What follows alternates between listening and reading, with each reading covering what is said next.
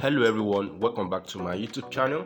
In this video I want to show you and teach you how to stop adult hard content on your phone. So in the next 1 minute I'm going to show you. So the first thing you are going to do is to click on your Chrome browser.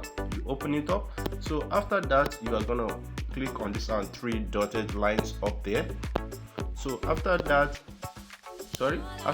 you click on settings. As you can see, settings. So after that you are going to click, after clicking on settings, you click on privacy and as you can see guys, privacy and security.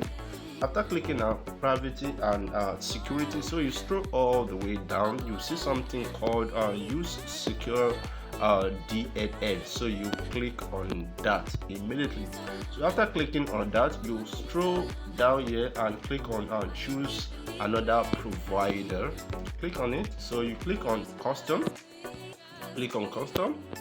So after clicking on custom, you now click on clear browsing family filter. Hope you get what I'm trying to say. So this is the simple step-by-step tutorial on how to stop adult hard content on your phone. So I'll see you in my next video guys. Bye for now.